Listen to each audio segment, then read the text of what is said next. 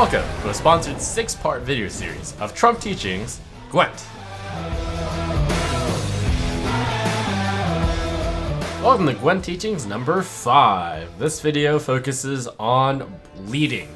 Bleeding is a specific tactic used most often by decks that have a game plan of winning round 1, losing round 2, and then winning round 3. And they do that by spending round 2 in order to buff up their cards in round 3, or by playing cards in round 2 that will stay on the board and gain strength or carry over into round 3. Because of your round 1 win, the opponent is forced to continue to play cards during round 2 even though your plays are weaker, since if they pass, you can then overcome them and then win the round, which would cause you to win the game. That's where the terminology of bleeding is coined, because you're effectively bleeding the cards out of their hand since they're forced to play them at a loss of value during round 2. To showcase the art of bleeding, we've got 2 Skellige decks, budget Queensguard deck, and we've got a Pirate Warrior deck. It's actually just a deck focused around Pirate Captain. And behold, the budget Queensguard deck. It uses the default golds and the default silvers, with one addition from a neutral silver, the Operator, which is a very handy card for quite a few decks which play with synergies. In this deck, Operator really wants to copy Queensguard. And we've got Drake Bondu, which is the perfect bleeding card, because it's only worth 4 power, but it gives your graveyard 6 additional strength in total, which means it's the perfect card to play on round 2 when you're bleeding your opponent. The game plan with this deck is to put Queensguards into the graveyard, and then each round you resurrect your Queensguard by either playing a Queensguard or by playing Priestess of Freya. That play is worth a lot because all of your Queensguard come out, and it's a strong 1-turn play. In addition, you can buff the Queensguard so that not only do you get 4 Queensguard in round 3, you get buffed Queensguard, so the Shieldsmith strengthens the allies, so they come back even stronger the next time. Holger Blackhand will strengthen the Queensguard as well. Drake Bondu strengthens the Queensguard in a big way. You can decoy Drake Bondu, or you can decoy something else. And the deck tries to win round 1 by using the War Longships and some discard synergy between Ermion and your King Bran. Onward! Attack! Of course, friend.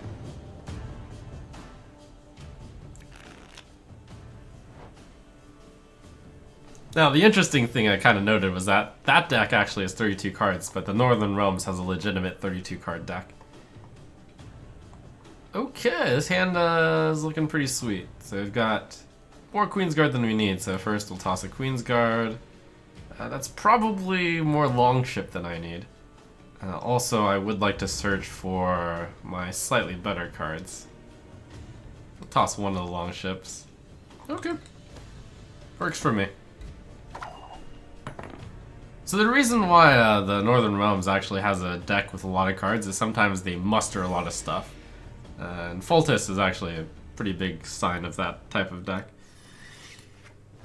So Foltest will buff all their cards, and then Close ranks! they'll just get a bunch of cards out. So I'm going to begin with double Longship. It's a little vulnerable, but I think the payoff is too much to avoid.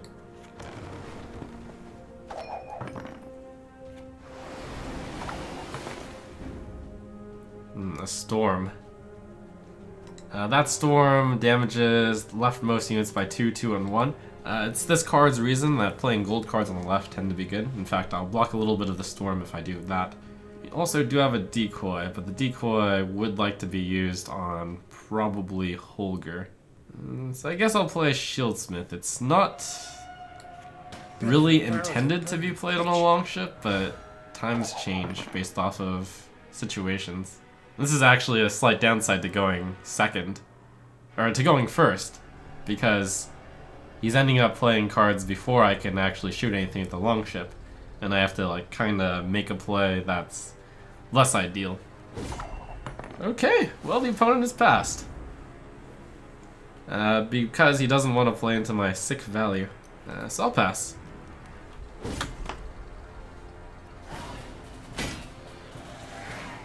Now this means I haven't carried out a lot of the initial plan that I need in round 1. But as long as I don't draw any interfering cards, it'll be okay.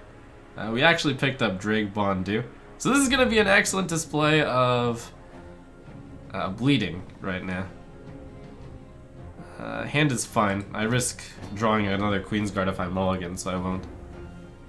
So let's go ahead and begin with King Bran. Sit at my table and let's drink. We're tossing the Queensguard into the deck. Normally this happens in round 1, but each game of Gwent is very lovely and different. Now I have to decide if I want to toss the Skirmishers in or a Clen on Raider. Krot, rather. We'll toss this one since this one isn't really getting quite enough time. No, I'll do this one. Because this is the bleed round, there's no need to get the Raider of value. So the goal is going to be to resurrect the Skirmishers once this round, and then it'll go back to the graveyard and then resurrect it again next round. I don't want to die.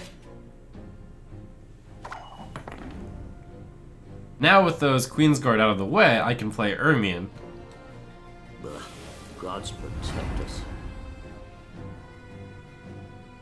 We'll toss Clan on Krite Warrior.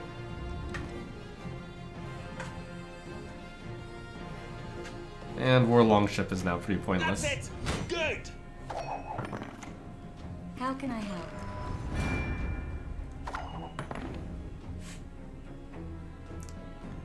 So that butterfly spell, with all of these cards, ensures that this opponent will almost certainly win this round.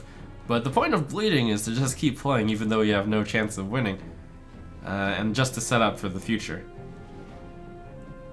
So, this is perfect. The opponent will probably end up beating me by a tremendous score this round. But we're just using this round to set up for a stronger next round. Which is why Drake Bondu is so strong. It only is 4 power, but it sets up for a 6 extra power in the final round. Doubt I'll ever pay off. Especially if I get up, if I can decoy this card.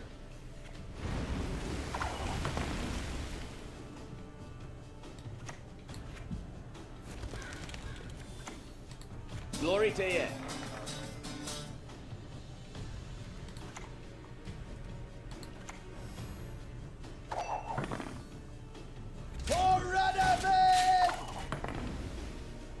Also, the Triss is good to play into a 6 because it makes Triss Butterfly spell significantly less powerful. Even though we're not intending to win at all. Oh, and the actually the Cleaver was probably better to play before. These are misplays, but it's not going to end up mattering that much due to the fact that this is complete bleeding. Sometimes it matters because your bleed can possibly turn into a win, but in this case I really have no chance of winning this round. But again, every single card I play forces him to play a card. Because if he doesn't play a card, then I'll just win the round.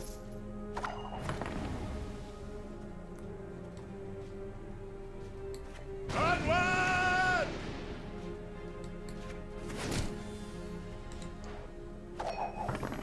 So we buffed our Queensguard up to 14. It actually had a chance of hitting Skirmishers there.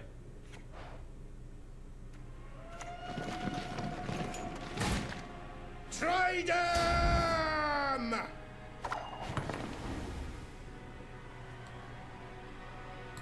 Pansy. So here's kind of the ideal goal of this deck. To go into the final round with only one card, Priestess of Freya, because that card is going to be worth so much that the opponent can't possibly hope to overcome with the same number of cards. That's the idea of bleeding the opponent. It is worth mentioning though that if I had sequenced a little bit better here, it's possible that the opponent would be down 2 fewer strength. Your will be done, sire. And then maybe they wouldn't have been able to Maybe they would have to play a stronger card here, but that looks like it wasn't the case. So everything is fine.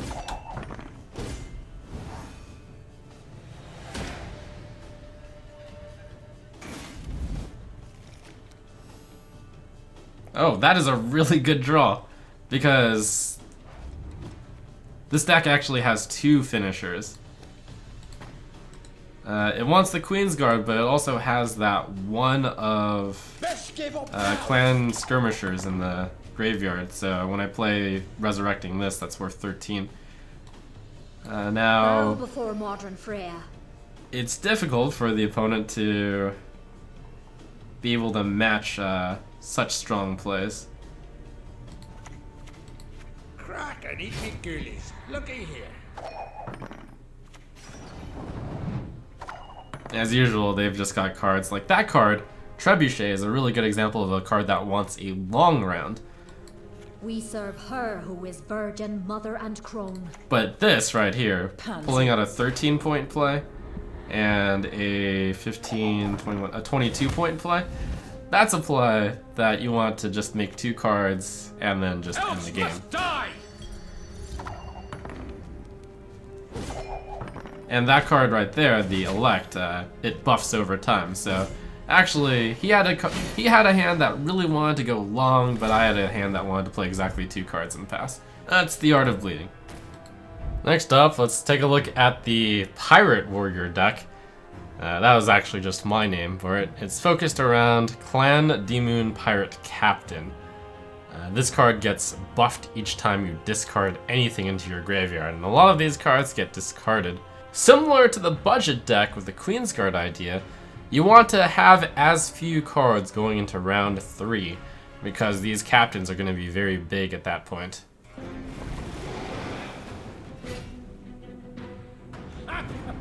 Of course, friend.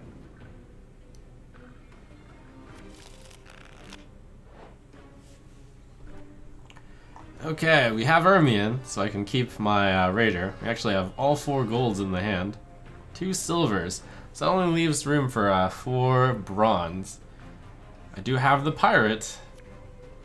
Let's toss the Raider. It's not very good round 1. Oh, let's toss Ceres, of course. That's the gold you don't want in your hand.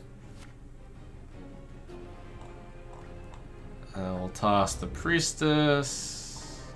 Or should I toss Skirmishers first?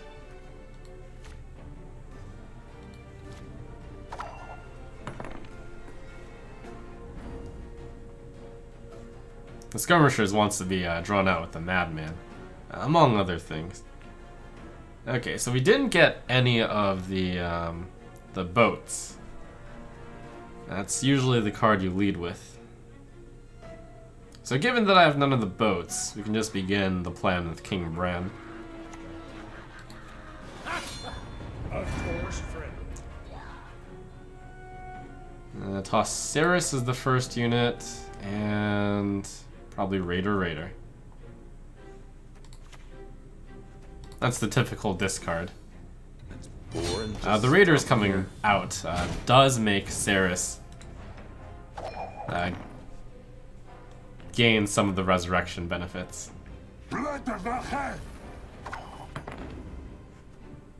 Next up, we will Lugos. Well, no, next up, the opening of this deck, you want to make sure you get everything done. Give us all you got! So that's like one of the things you really want, to have your copies of Clan Demon Pirates out of the deck. Small benefit, I could have put that in the Archer row, so that when I had to play these cards in the Siege row, they wouldn't die. This card looks like it will be played this round. So I lost the point there for misplaying of row. Now we'll toss the Skirmisher over at this guy, I suppose. Usually in this deck, you want the order to be discard the cards that you really want in your graveyard, and then draw with Ermion so you don't draw the cards that you will just straight up discard.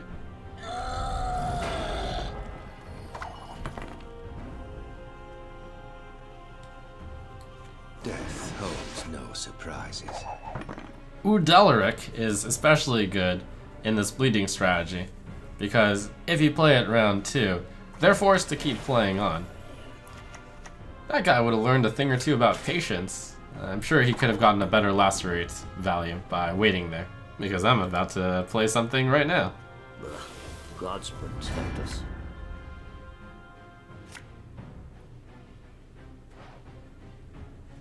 I'll discard the Raider and one more. Wow, that's a tough choice to discard. Maybe Grimaced. Because this Priestess of Freya is currently not only one away from Ceres, it resurrects the Skirmishers, which buffs it in the future. And the rest of my deck has more Priestesses in it. So I can keep the Priestess chain going.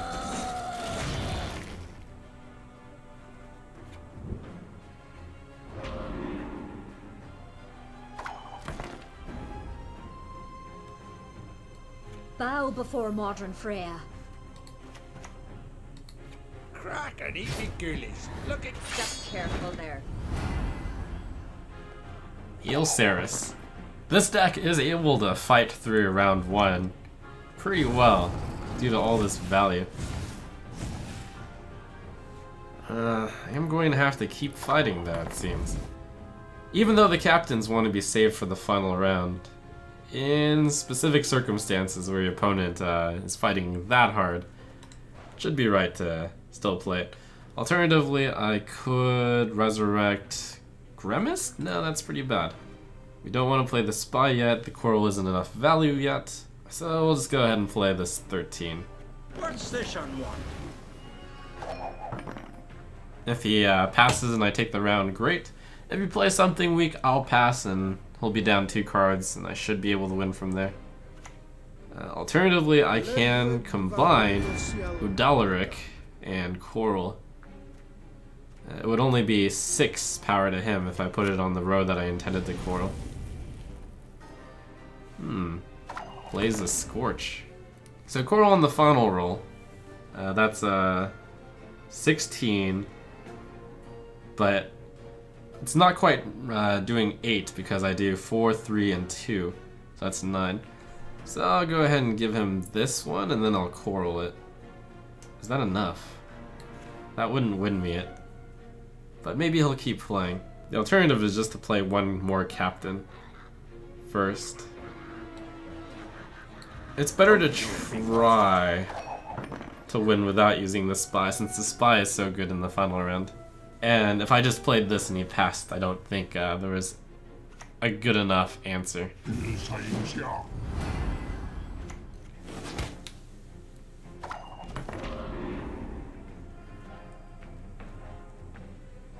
So if I play this, I'll probably have to play this, and then I'll have to play that. 3 cards. I'll be down to 1 to his 3 if he were to pass. But I should still do it anyways, because it'll be difficult to play this otherwise. The gods won't be pleased.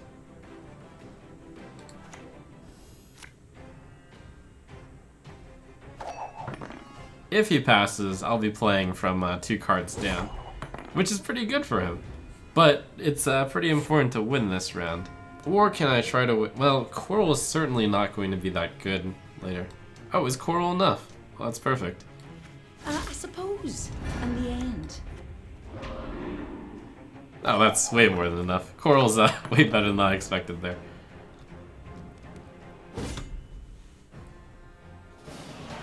Okay, so we've set up. That was an extended round 1. Usually round 1 is, well, I mean it varies each time, but round 1 could be 1 shorter. It just needs to be played as long as you need to. And then in round 2, you play as much as you can. You play all your good cards, I should say. And in round 3, you finally win the game. So we'll bleed him out of his good cards by playing this one and then that one. We'll resurrect Skirmishers one more time. Enter the final round with Priestess of Freya and Sigdrifa, as well as both of these constantly spawning guys. And Ceres will come back in the final round as well. So that's pretty much the setup. Round 2, you will almost always lose, but you set up for a very strong round 3.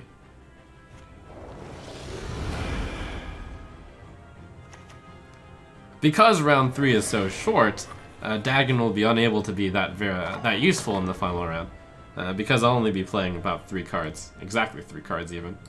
We serve her who is virgin, mother, and crone. As a note, it is possible to play both of my cards, and maybe I win in that case. But it's only more secure to win the next round because both these 2 cards are coming back, and that card will be boosted by 3.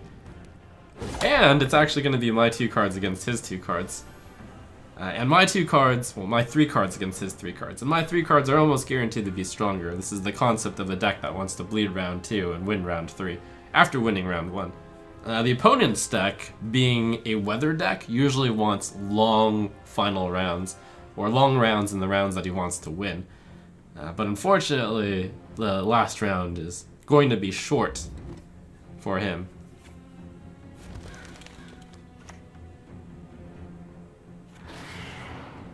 Oh, he couldn't even win with 1. Oh no, he's got it. Okay, that's pretty good.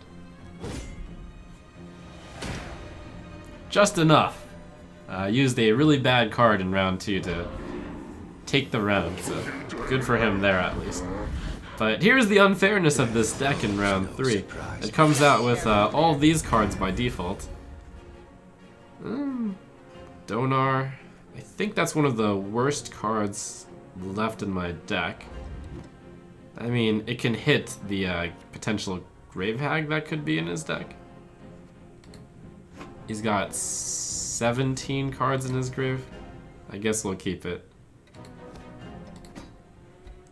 Just in case anything needs to be locked.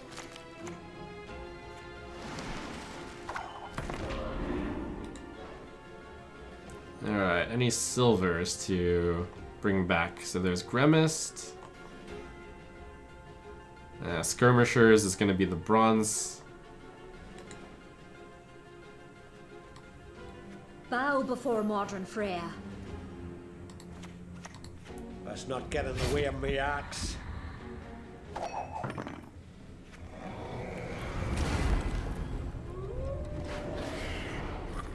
It's especially unfortunate for the opponent to match up against a deck like this, which keeps a really short round. Because if the round were longer, this weather would hurt. But it doesn't for me. Let's get a bear. No need to clear this weather. Given how, given that the weather will only last a little bit longer. I can hide your stench.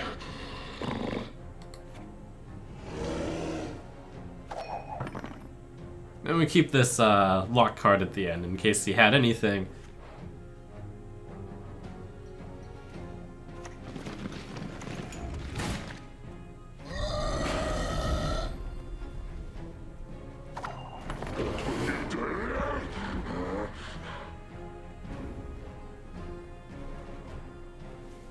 Okay, and we're good to go even without playing that final card.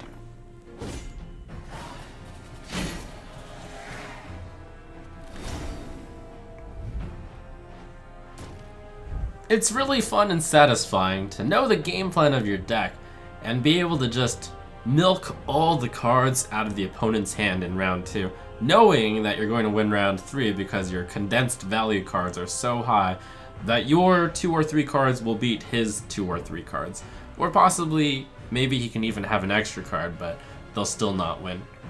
So that is the art of bleeding. Now get out there and bleed your opponents dry.